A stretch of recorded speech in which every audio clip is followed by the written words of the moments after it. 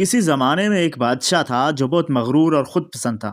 اسے اپنی دولت، شان و شوکت اور طاقت پر بے حد ناز تھا۔ وہ ہمیشہ اپنی رعایا پر روب جماتا اور یہ سمجھتا تھا کہ اس سے زیادہ طاقتور اور عقل مند کوئی نہیں۔ ایک دن وہ اپنے وزیروں اور سپاہیوں کے ساتھ شکار کے لیے نکلا۔ جنگل میں گھومتے ہوئے وہ راستہ بھٹک گیا اور اپنے ساتھیوں سے بچھڑ گیا۔ تھوڑی دیر بعد اسے ایک چھوٹی سی جھونپڑی نظر آئی۔ وہ تھکن سے چور تھا، اس لیے جھونپڑی کی طرف بڑھا اور دروازہ کھٹکھٹایا۔ اندر سے ایک فقیر نکلا۔ اس کے کپڑے پھٹے ہوئے تھے مگر اس کے چہرے پر عجب نور تھا۔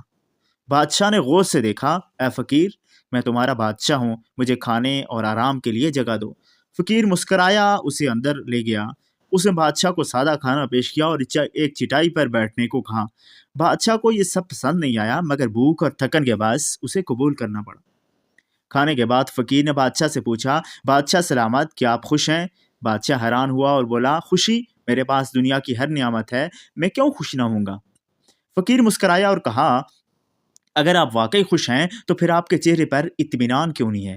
آپ کی آنکھوں میں بے چینی کیوں ہے؟ یہ سن کر بادشاہ خاموش ہو گیا۔ فقیر نے مزید کہا، حقیقی خوشی دولت میں نہیں ہے، دل کے سکون میں ہے۔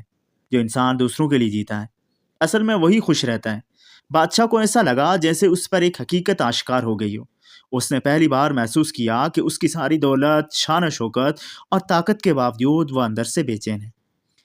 اگلے دن جب بادشاہ محل واپس آیا تو وہ بدلا ہوا تھا۔ اس نے اپنی رعایا کے ساتھ نرمی سے پیش آنا شروع کر دیا، غریبوں کی مدد کی اور اپنے غرور کو ترک کر دیا۔ اب وہ نہ صرف ایک طاقتور بادشاہ تھا بلکہ ایک خوش اور مطمئن انسان بھی بن چکا تھا۔